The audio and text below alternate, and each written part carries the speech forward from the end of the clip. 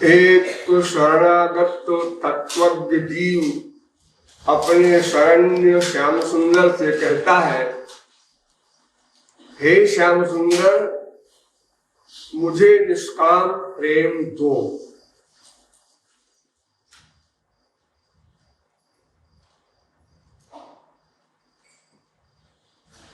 इस कथन में दो बातें विचारणीय हैं। एक तो ये कि यदि वो दास है, शरणागत है, भृत्य है, तो उसे मांगने का अधिकार नहीं, फिर उसने क्यों मांगा अपने स्वामी से?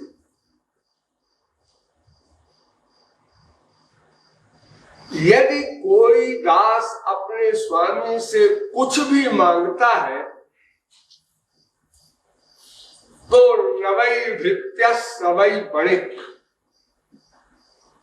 भागवत। वो दास नहीं है, बनिया है, बिजनेसमैन है। दास को मांगने का अधिकार नहीं, दास का काम दासता करना, और दासता माने समर्पण, सेवा।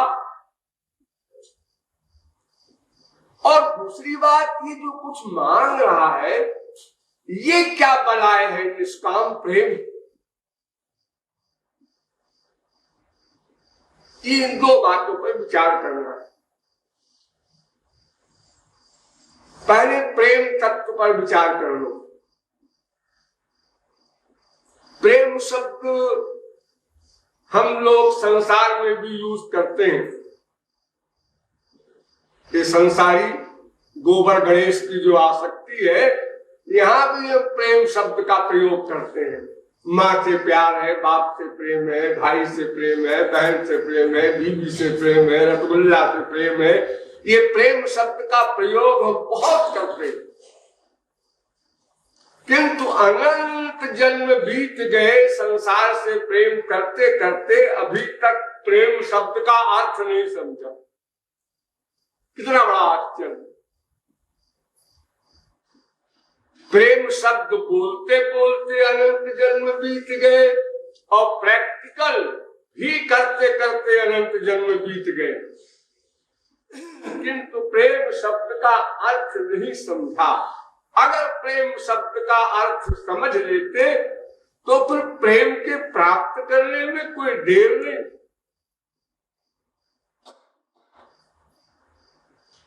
तो चलो पूछा जाए जिनको प्रेम मिल चुका है उन लोगों से कि भाई प्रेम शब्द का क्या अर्थ होता है, आप लोग बताइए। प्रेमियों का जो आदि आचार्य है सबसे पहला, उसका नाम है नारद जी। ये सृष्टि की आदि में ब्रह्मा से उत्पन्न हुए और भगवान के अवतार भी है। इनसे पूछा गया प्रेम तत्व क्या है बताइए, उन्होंने कहा अनिर्वचनीयम प्रेम स्वरूपम। प्रेम का निर्वचन नहीं हो सकता, निरूपण नहीं हो सकता, बताया नहीं जा सकता, अनिर्वचनीय। लोग छुट्टी मिल गई, इतने बड़े प्रेम के आचार्य के पास गए, उन्होंने भी जवाब दे दिया। वाणी की गति नहीं और उत्तर तो वाणी से ही दिया जाएगा।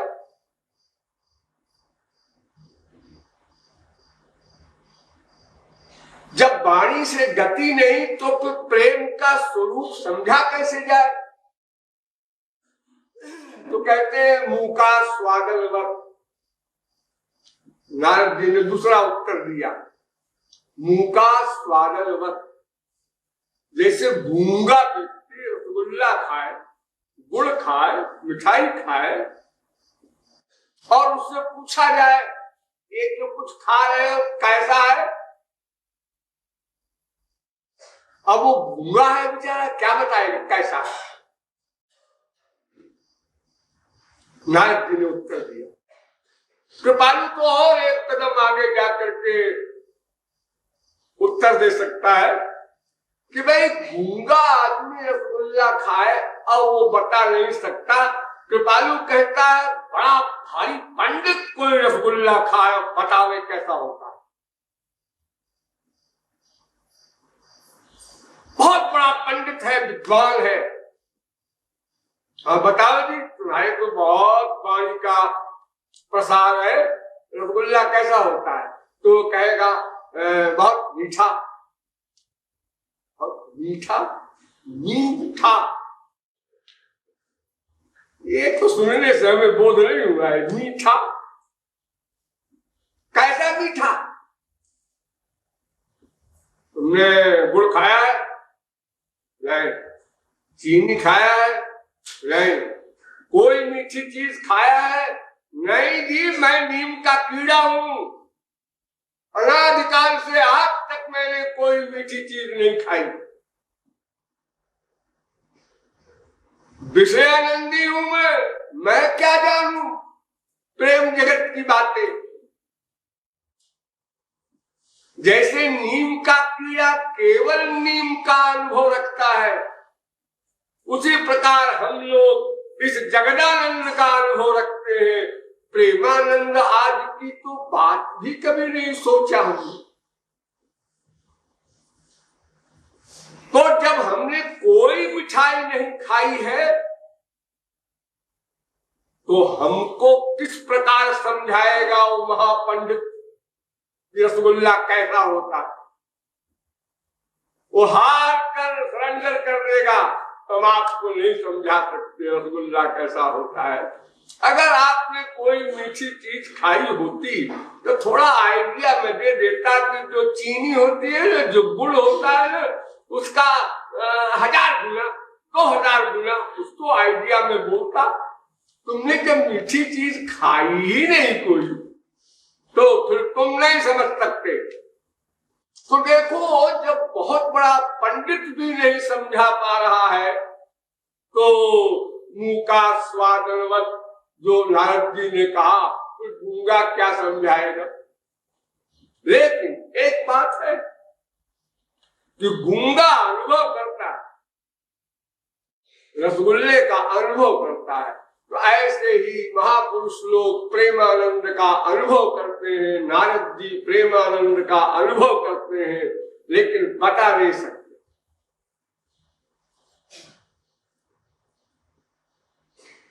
क्यों नहीं बता सकते? इसलिए कि वाणी का विषय नहीं। सीधी सी बात, कोई आदमी कहे कान से क्यों नहीं देख सकते, क्योंकि कान देखने की चीज है ही नहीं है। कान का सब्जेक्ट तो सुनना है, शब्द है। तो चूंकि प्रेम वाणी का विषय नहीं, इसलिए बताया नहीं जा सकता। सीधा सा उत्तर है। ठीक, ये प्रेम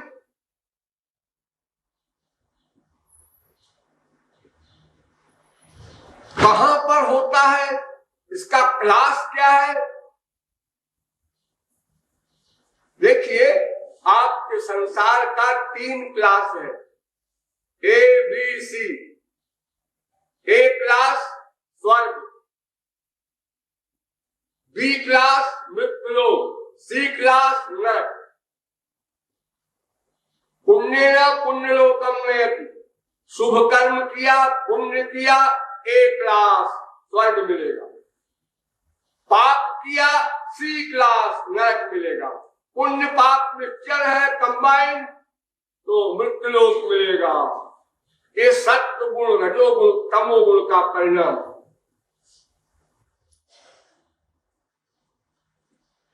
इसमें तमोगुण से श्रेष्ठ रजोगुण, रजोगुण से श्रेष्ठ सत्वगुण, लेकिन प्रेम इन तीनों में कहीं नहीं।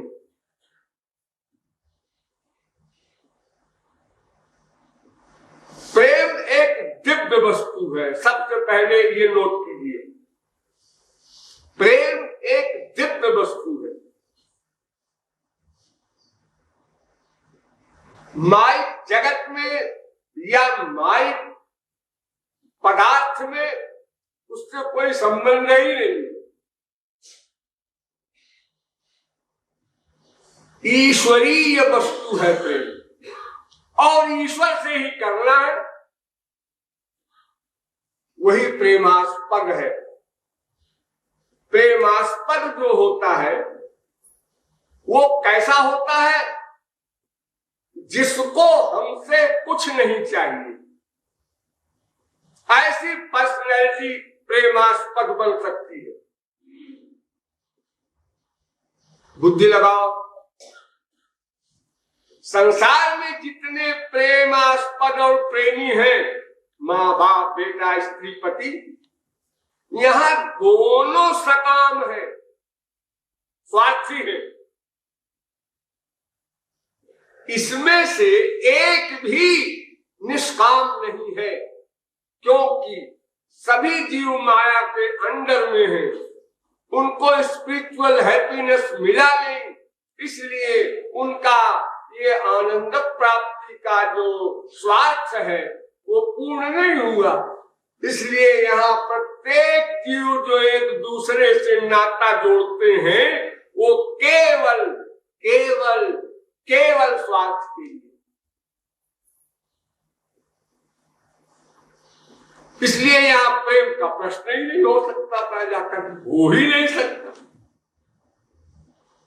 और यदि हो भी जाए, हम ये भी मान ले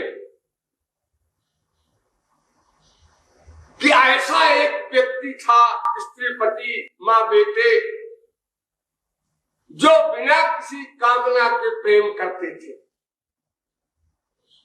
प्रेम माने, इस प्रेम का मतलब है मन का अटैचमेंट, मन का ध्यान रखना। आपके पास 3 चीज है, एक मैं, और एक मेरा मन, और एक मेरा शरीर। तो शरीर माने शरीर इंद्रिय, तो शरीर इंद्रिय तो केयर ऑफ है प्रेम करने का। जैसे आंख से देखने की इच्छा, कान से सुनने की इच्छा, नासिका से सूंघने की इच्छा, रसना से रस लेने की इच्छा, त्वचा से स्पर्श की इच्छा। प्रेम में ये 5 इच्छाएं होती हैं, ये इंद्रियों के द्वारा होती हैं, लेकिन इन इच्छाओं को करने वाली इंद्रिय नहीं है। इन इच्छाओं को बनाने वाला केवल मन है, आत्मा भी नहीं है। आत्मा भी पृथक है और इंद्रियां भी पृथक है। इंद्रियों के खिलाफ मन इच्छा बनाता है, अंतःकरण कहते हैं उसको, मन कहते हैं। उस मन की 4 अवस्थाएं हैं, मन, बुद्धि, चित्त, अहंकार। वही मन ही है चारों चीज।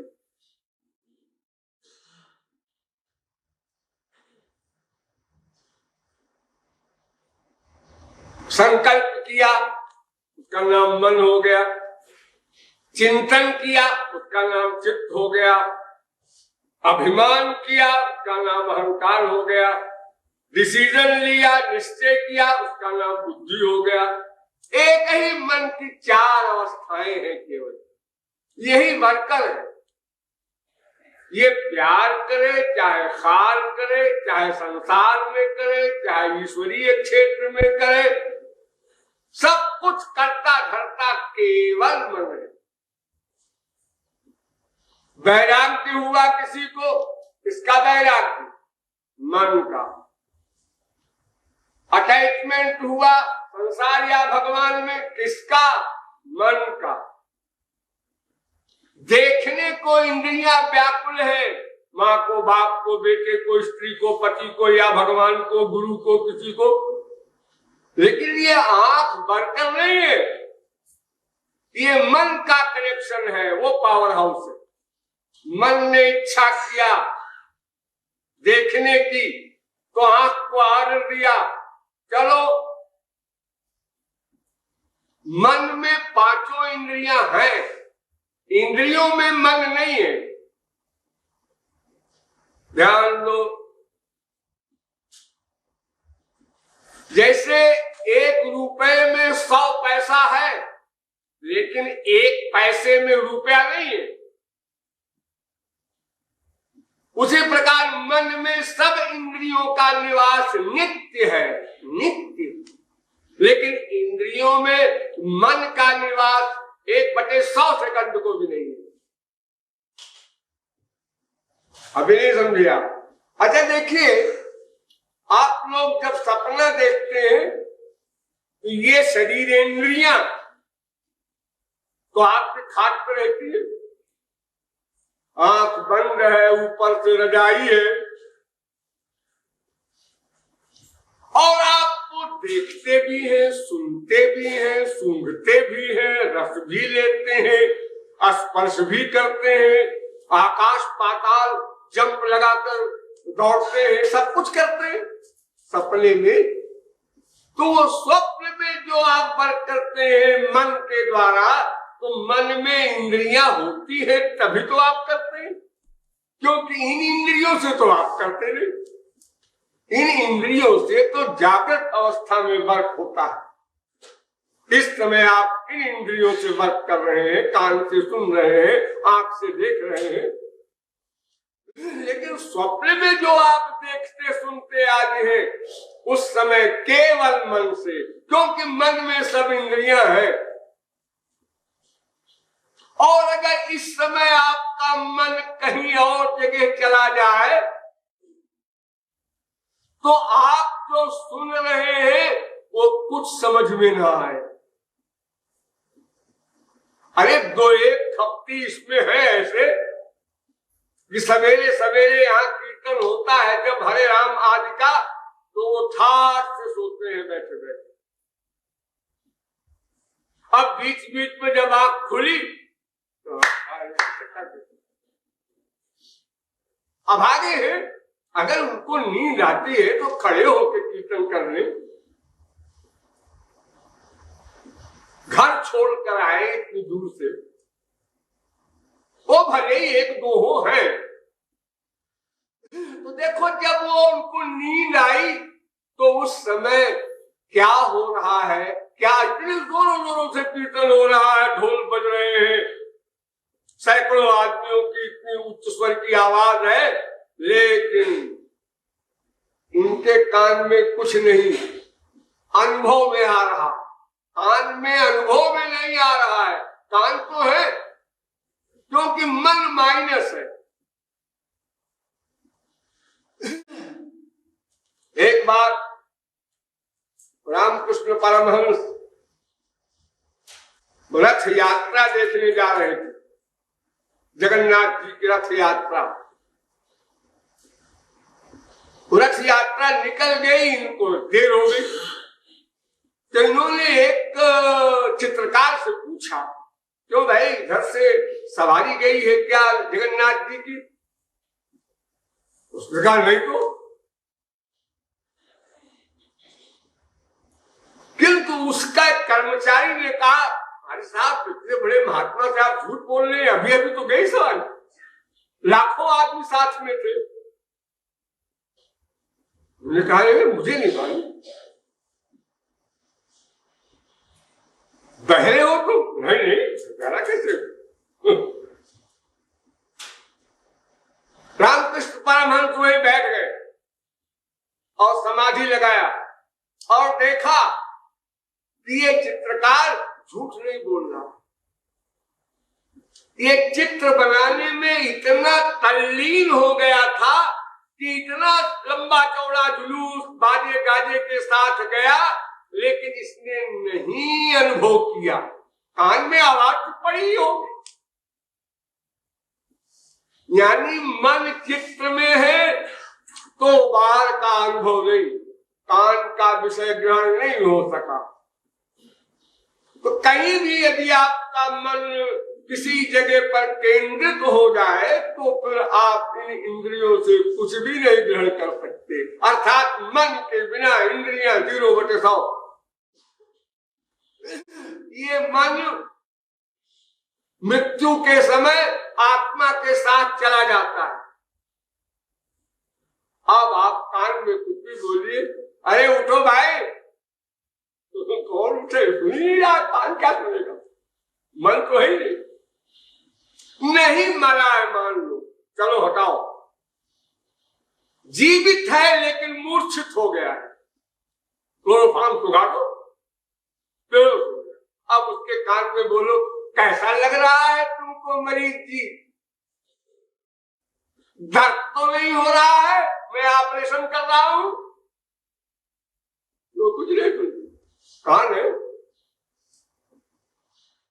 तो मन में सब इंद्रियां हैं, इंद्रियों में मन नहीं है, तो भरकर केवल मन है, न आत्मा है न शरीर इंद्रिय है। बड़ी सीधी सी बात। तो मन ही बंधन और मोक्ष का कारण बताया गया है शास्त्रों वेदों में। संसार से विरक्ति नंबर 1 मन की, भगवान में अनुराग नंबर 2 मन का। इंद्रियां भी है, ठीक है, उनको भी साथ में ले लो, वो हेल्पर है, लेकिन वो वैराग्य नहीं जिसमें इंद्रियों से वैराग्य हो, मन से न हो।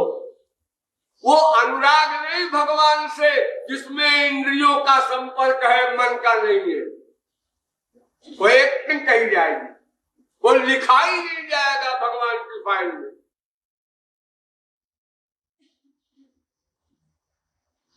केवल अंतःकरण का ही वर्क नोट होता है, साथ में इंद्रियां रहे तो ठीक, नहीं रहे तो भी ठीक। एक भगवान नाम मत लीजिए आप, एक बार, और मन से इतना प्यार कीजिए कि कंप्लीट सरेंडर हो जाए अंतःकरण का, बस भगवत प्राप्ति हो जाएगी। अरे कितने गूंगे लोगों ने भगवत प्राप्ति की है, कितने अंधों ने भगवत प्राप्ति की है। इंद्रियों से कोई तात्पर्य नहीं, लेकिन अगर है तो काम में ले लो, अच्छा है, आपकी सर्वेंट है और कब काम आएगी। और हमारे संसार में यही एक मिस्टेक सबके साथ लगी हुई है। जितने संप्रदाय वाले, धर्म वाले सारी दुनिया में उपासना करते हैं, वो यहीं पर जो पहला नंबर है, पहला दर्जा है, वही भूल कर जाते हैं। इंद्रियों से उपासना हो रही है, जबान से, आंख से, हाथ पैर से, ये सब हो रहा है। मन पर ध्यान नहीं है। तो प्रेम मन को करना है, चाहे संसार में करे चाहे भगवान में करे। खास दुश्मनी मन को करना है, चाहे संसार में करे चाहे परमार्थ में करे। ये राग द्वेष द्वंद्व कहलाता है। ये द्वंद्व है। मन का अटैचमेंट दो प्रकार से होता है, राग से और द्वेष से। राग माने अनुकूल भाव से अटैचमेंट, और द्वेष माने प्रतिकूल भाव से अटैचमेंट। दोनों का एक फल। जैसे गोपियां सर्वत्र श्याम सुंदर का अनुभव करती हैं अनुकूल भाव से, बाटन में, घाटन में, बीछन में, भागन में, वृक्षन में, बेलन में, वाटिका में, वन में, तरन में, दीवारन में, देहरी दरीचन में, हीरन में, हारन में, भूषण में, तन में। ऐसे ही कंस भी सर्वत्र श्री कृष्ण को देख रहा है, शिशुपाल भी सर्वत्र श्री कृष्ण का अनुभव कर रहा है। दोनों का एक फल बोलो। यहां भी लोग भूल करते हैं। ये मेरी माँ, ये मेरा बाप, ये मेरी बीवी, ये मेरा पति, ये मेरे बच्चे मेरे लिए दुश्मन है, भगवान की ओर चलने नहीं देते। दुश्मन है क्या? क्यों दुश्मन है भाई? तुमने इनमें मन का अटैचमेंट किया है, तो तुम्हारी बुद्धि दुश्मन है, ये तो हम मान लेते हैं। ये लोग दुश्मन क्यों है? ये क्या बिगाड़ रहे हैं तुम्हारा? तुम्हारी क्या हानि कर रहा है? कोई भी व्यक्ति विश्व में किसी की क्या हानि कर सकता है? कुछ कर ही नहीं सकता कोई। अपनी अपनी हानि चाहे जो कर ले, दूसरे की हानि क्या करेगा? क्योंकि हर एक का मन उसके पास है और हर एक अपने मन का गवर्नर है। हम अपने मन को जैसा चाहे वैसा बना ले, लेकिन हम लोग द्वेष करने लगते हैं, और द्वेष करके जब घर छोड़ते हैं तो कहते हैं वैराग्य हो गया, मुझे शकल नहीं देखना बीवी की, माँ की, बेटे की। ये तो दुश्मनी है, शकल नहीं देखना। अरे शकल देखो, अरे वो करेक्टर जैसा है, वो मक्कार है, 420 है। हाँ, तो उस 420 में श्याम सुंदर बैठे हैं, उनको देखो। द्वेष न करो कहीं पर, कबीरा खड़ा बाजार में, सबकी मांगे खैर, ना काहू सो दोस्ती और ना काहू सो बैर। अरे भाई, सभी स्वार्थी है, आनंद चाहते हैं, बेचारे बेचारे, किसी की गलती क्या है? अरे वो हमको उसने ठगा, ठगा बिल्कुल ठीक, सब ठग रहे हैं एक दूसरे को। ये कौन सी नई बात तुम बता रहे हो? सारा संसार एक दूसरे को ठगने की स्कीम में जुटा हुआ है 24 घंटे। लेकिन किस लिए? ईश्वर के आनंद को पाने के लिए। तो गलती क्या है?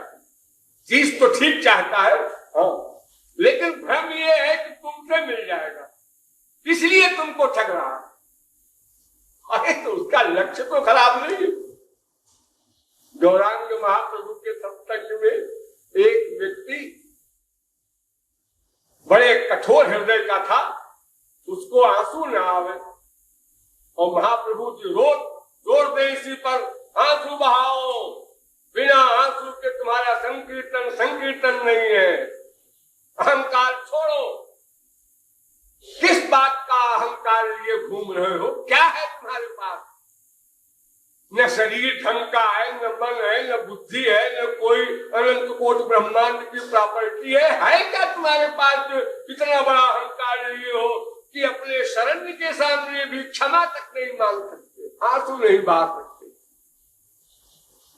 तो वो बेचारा बहुत परेशान हुआ और फिर भी आंसू न आए तो उसने मिर्ची लिया, मिर्ची को एक कपड़े में बांधा, उसकी पोटली बनाया मिर्ची की, लाल मिर्ची,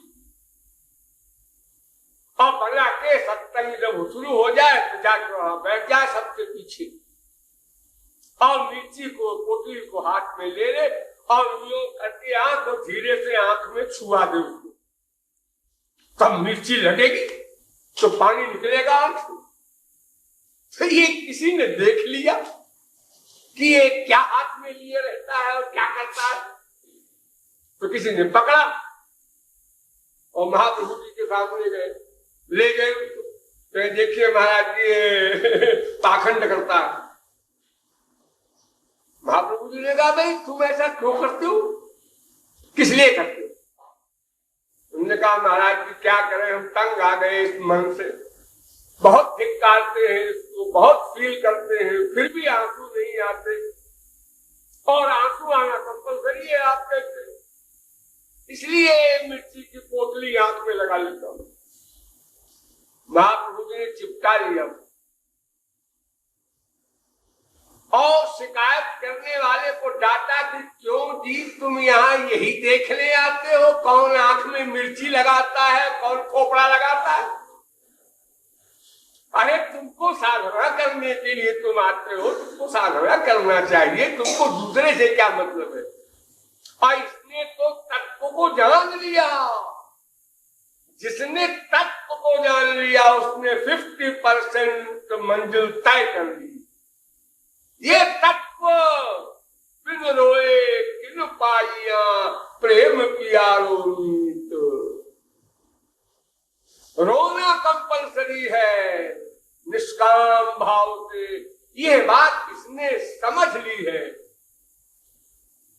और तुम जो लोगों में दोष देखते हो, ये तो इतना बड़ा दोष है दूसरे में दोष देखना कि इससे बड़ा कोई दोष हो ही नहीं सकता। जिसने दूसरे में दोष देखने की आदत डाली वो अपने में दोष कभी नहीं देखेगा, और जो अपने में दोष नहीं देखेगा तो दोष के निकालने की दवा क्यों करेगा?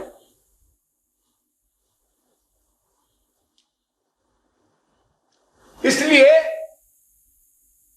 इस मन को, जो मन संसार में सर्वत्र प्रेम का स्वांग रच रहा है, यहाँ सब स्वार्थ से ही प्रेम करते हैं।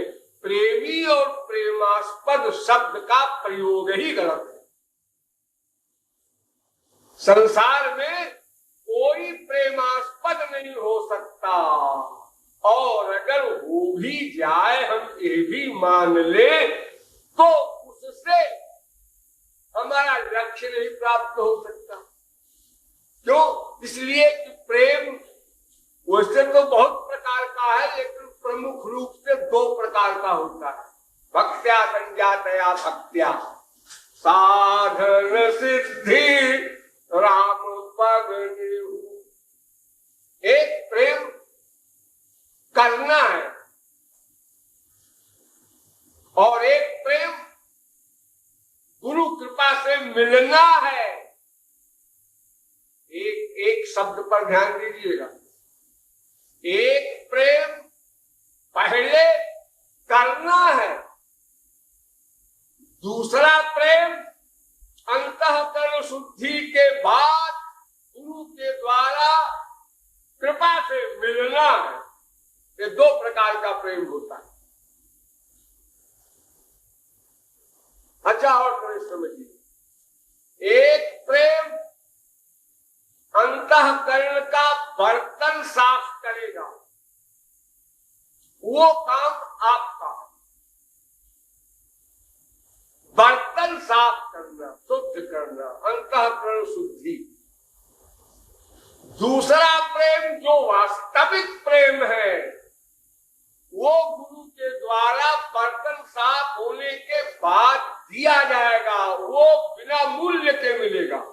कृपा जन्य है वो प्रेम।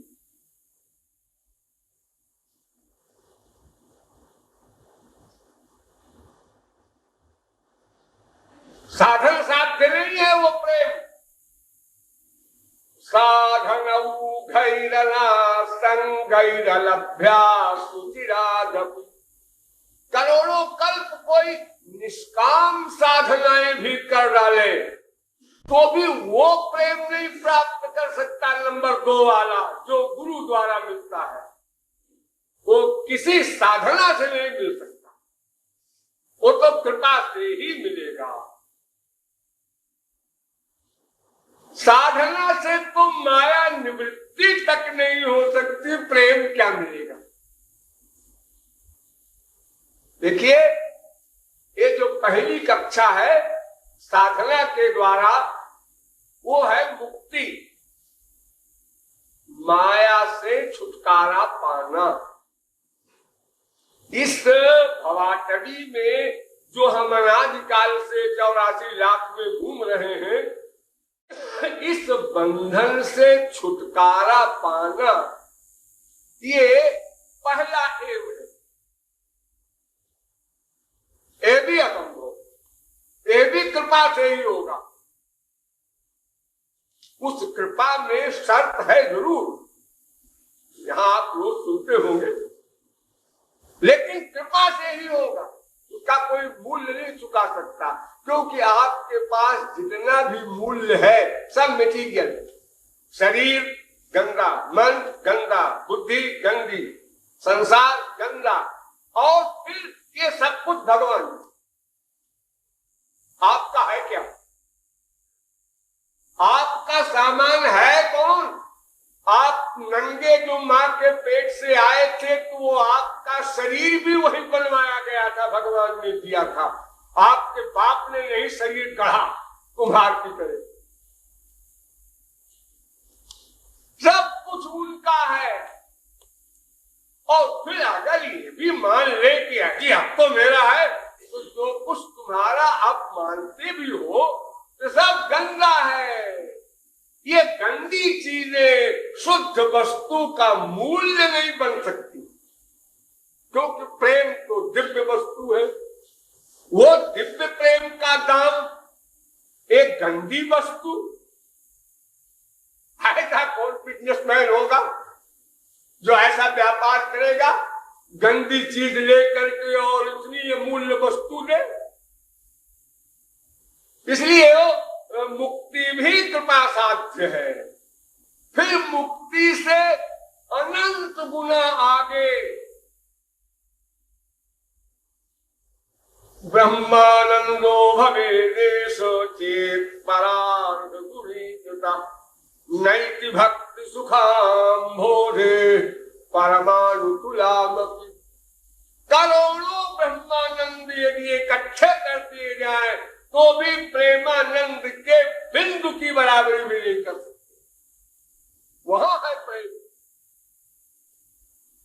तो उस प्रेम का कोई मूल्य नहीं चुका सकता, क्योंकि जितनी भी चीजें मूल्य संबंधी आपके पास हो सकती हैं वो सब माइक। बड़ी भारी तपश्चर्या किया किसी ने, कुछ दिन बीते बाद बतासा हवा खाके। तो ये तुमने तो तपस्या की है, किससे की है? शरीर से, मन से, बुद्धि से। हाँ, ये सब गंदे, इनकी तपस्या भी गंदी। फिर ये तपश्चर्या आज जो आप करते हैं, ये सब लिमिटेड फल देने वाले हैं, सीमित। किसी ने तपश्चर्या की 1 करोड़ वर्ष, तो 1 करोड़ वर्ष की तपश्चर्या का उसका फल लिमिटेड है, 10 किलो मान लिया। अब उसने खर्चा किया, बार बार लोगों को आशीर्वाद दिया, कहीं चमत्कार दिखाया, वहां दिखाया, वहां दिखाया, 0/100 हो गया। वो लिमिटेड है। केवल भगवत विषय अनलिमिटेड है, बाकी जो कुछ भी है सब सीमित है और माइक है। 2 बातें। कोई भी चमत्कारी योगी ऋषि मुनि जो प्राचीन काल में हुए हैं, आज कौन है? बकवास है। लेकिन जो प्राचीन काल में हुए हैं उनमें ऐसा कोई चमत्कार दिखाने वाला पैदा नहीं हुआ, न हो सकता है, जो माया निवृत्ति करा दे। अपनी भी नहीं करा सकता, दूसरे की क्या कराएगा? तो जब माया निवृत्ति तक नहीं करा सकती कोई साधना, तो फिर अन्य वस्तुओं के समर्पण से हम ये अहंकार लावे कि हमने अपना सर्व समर्पण कर दिया तो भगवान ने, गुरु ने प्रेम दिया, क्या कमाल किया। अरे क्या समर्पण किया है तुमने कि तुम्हारे पास है क्या? सुकरात एक फिलोसफर हुआ है, उसका शिष्य था डायोजनीस। उसके बाद सिकंदर बादशाह गया और उसने पूछा, महाराज कुछ हमारे लिए सेवा बताइए। तो डायोजनीस ने कहा, हट, धूप छोड़ दे, सेवा करेगा है क्या तेरे पास फटीचर दरिद्री? तू क्या सेवा करेगा? मेरी सेवा करेगा? मेरी सेवा करना है, तेज स्पिरिचुअल है तेरे पास? नहीं, वो तो नहीं है। तो फिर क्या सेवा करेगा? रसगुल्ला लेके आए किसके लिए मैं बाहर करूं?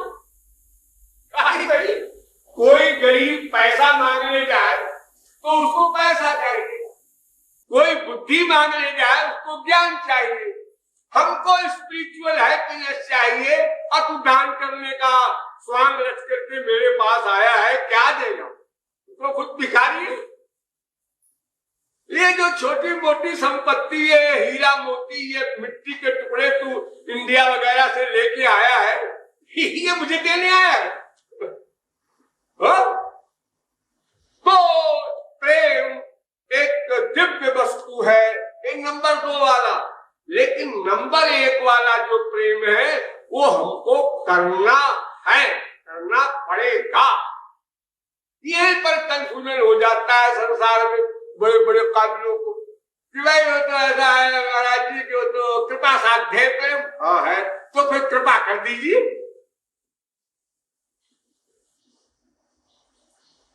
लेकिन ये तुमको पता है कि वो कृपा साध्य है तो उसके लिए बर्तन तो होना चाहिए।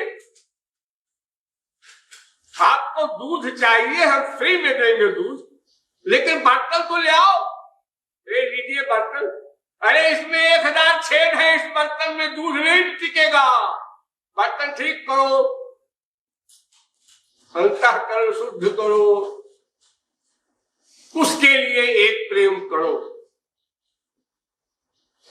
तो प्रेम शब्द का वैसे तो बहुत लंबा चौड़ा अर्थ है, लेकिन एक परिभाषा समझ लीजिए आप लोग सबसे पहले।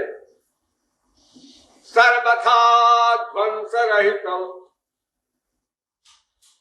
सर्वथा ध्वंस रहितम सत्य ध्वंस कारणे यद भाव बंधनम यूनो सप्रेमा परिकीर्तिता। ध्वंस का कारण हो, प्रेम के नष्ट होने का कारण हो, फिर भी प्रेम न घटे, उसमें हलचल न होने पावे, नॉर्मलिटी में चलता जाए आगे को, उसका नाम प्रेम।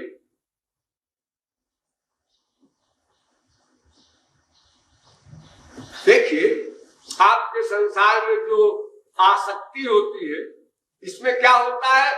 ध्वंस का कारण आया, प्रेम 0/100। अभी अभी एक लड़का एक लड़की दोनों एक दूसरे में आसक्त थे और साथ ही जिएंगे, साथ ही मरेंगे, वादा करो, खोपड़ा करो, और लंबी चौड़ी बातें हुई। और अभी एक लड़की आई और उसने कहा हेलो, और निपट गई उस लड़के से। तो पहली लड़की ने देखा, हाँ एक और भी है तुम्हारे, हम बदमाश, हमको ठगते हो, धूर्त हो, मक्कार हो, 420 हो। खत्म हो गया प्रेम। यानी ध्वंस का कारण आया, प्रेम समाप्त। अरे आपकी विवाहिता बीवी हो, सगी माँ हो, और जरा भी स्वार्थ की गड़बड़ी हुई, 4 आने, प्रेम 4 आने कम हो गया, 8 आने हुई, 8 आने कम हो गया, 12 आने गड़बड़ी हुई, 12 आने कम हो गया। यानी आपके स्वार्थ के बेपेंदी के लोटे के आधार पर आपका प्यार टिका। तो ध्वंस का कारण हो और फिर भी प्रेम क्षीण न होने पाए, ये कैसे होगा? गुण रहितम कामना रहितम प्रतिक्षण वर्धमानम। अब आए फिर नारद जी कहते हैं भाई ये तब होगा तुम जिससे प्रेम करते हो उससे कोई स्वार्थ भावना तुम्हारी न हो, यानी कुछ मांगो मत, देना देना देना, इतना देना सीखो कि अभाव न। सब कुछ दे करके भी ये फील करो हाय मैंने कुछ भी नहीं दिया, ये भी ध्यान रखना। सब कुछ समर्पण करके अगर अहंकार आ गया, मैंने सब कुछ दे दिया, हो गया बनता घाट। सब कुछ दो और सब कुछ देने का अहंकार भी दे दो, ये सबसे खतरनाक शत्रु है अहंकार। हम लोग जरा सा दान करते हैं किसी संस्था में, किसी गरीब को, मटीरियल जगत में, तो चाहते हैं मेरा नाम अखबार में निकले, मेरा नाम यहाँ दीवार पर लगा दिया जाए। इतना भूल जाते हैं कि दान तो गुप्त जो होता है उसको दान कहते हैं, और कोई जाने न, क्योंकि कोई जानेगा और प्रशंसा कर देगा तो अहंकार हो जाएगा, तब चौपट हो गया। जैसे महापुरुष और भगवान चोरी चोरी सेवा करते हैं शरणागत की बिना बताए, और अगर वो पूछेगा तो भी कह देंगे नहीं मैंने तो कुछ नहीं किया तुम्हारे लिए। ऐसे ही हमको करना है, यानी किसी प्रकार की कामना रख करके ईश्वरीय जगत में कदम नहीं रखना, देना देना सीखो। जो कुछ है बस, कहीं से उधार नहीं लाना है। मेरा मन तो गंदा है, क्या दूं भगवान को? अरे तो वही तो शुद्ध करेंगे। कोई गंदा कपड़ा ये कहे है निर्मल पानी, मैं तो तेरे पास नहीं आऊंगा क्योंकि तू निर्मल है, गंदा हो जाएगा, ये ठीक है? निर्मल पानी गंदे कपड़े के संपर्क से गंदा हो जाएगा, ये सही है। लेकिन भगवान और महापुरुष गंदे को शुद्ध कर देंगे और स्वयं भी शुद्ध रहेंगे, इतना अंतर है। जैसे गंगा जी में कोई गंदा नाला बह के जाता है, वो गंगा जी बन जाएगा, गंगा जी गंगा नाला नहीं बन जाएगी। अग्नि के पुंज में जूता चप्पल गंदगी कुछ भी डाल दो, वो अग्नि बन जाएगा, अग्नि जूता चप्पल नहीं बन जाएगा, अग्नि अपनी पर्सनैलिटी में रहेगा। इसलिए ये मत सोचो कि हमारे पास तो जो कुछ है सब धरती है, भगवान को कैसे दें। अरे वो लेने को तैयार है। पत्रम पुष्पम फलम तोयम यो मे भक्त्या प्रयच्छति तदहं भक्त्युपहृत मस्नामि प्रयतात्मनः। अरे मैं पत्ता भी खा लूंगा, जल भी खा लूंगा, प्यार से दो, तुम जो दोगे मैं ले लूंगा। इतनी कृपाओं के कानून बना रखे हैं भगवान ने। हम उनको समझते नहीं, उनकी इंपॉर्टेंस नहीं रियलाइज करते, इसलिए लापरवाह। स्वार्थ युक्त जो संसार में कृपा करने का दावा करते हैं, इन पर तो विश्वास है। देखो हमारी बीवी हमारी बीमारी में रात भर बैठी रही, कितना प्यार करती है हमसे। अरे बेवकूफ, तुझसे प्यार नहीं करती, वो तो इसलिए बैठी रही कि तुम मर जाओगे तो उसका क्या होगा। स्वार्थ, तू भोला है, नहीं समझता। वो अपने मतलब के लिए सब हिसाब बिठा रही है। तो संसार का जितना भी प्यार है उसमें लेना लेना लेना, यही सीखा हमने अनादिकाल से अब तक। अब हमको नया पाठ पढ़ना है, देना देना देना। बिल्कुल उल्टा है, विपरीत दिशा है ईश्वरीय जगत। ये अंधकार है, वो प्रकाश है, इतना बड़ा अंतर है।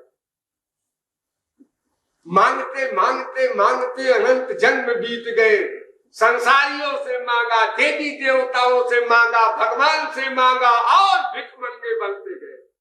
छोड़ो मांगना, अब देना सीखो, तब भगवान के कान में चूलेंगे कि अरे ये तो मांगते ही कुछ। जाहि न चाहिए कबहू कछु, तुम सन सहज स्नेह। भगवान को सोचना पड़ता है, अब तो मामला सीरियस है, ये कुछ नहीं लेना चाहिए। लेकिन फिर भी यहाँ कह रहा है श्याम मोहि देहु प्रेम निष्काम। ये मांग तो रहा है, हाँ मांग रहा है। क्यों मांग रहा है ये फिर बताएंगे।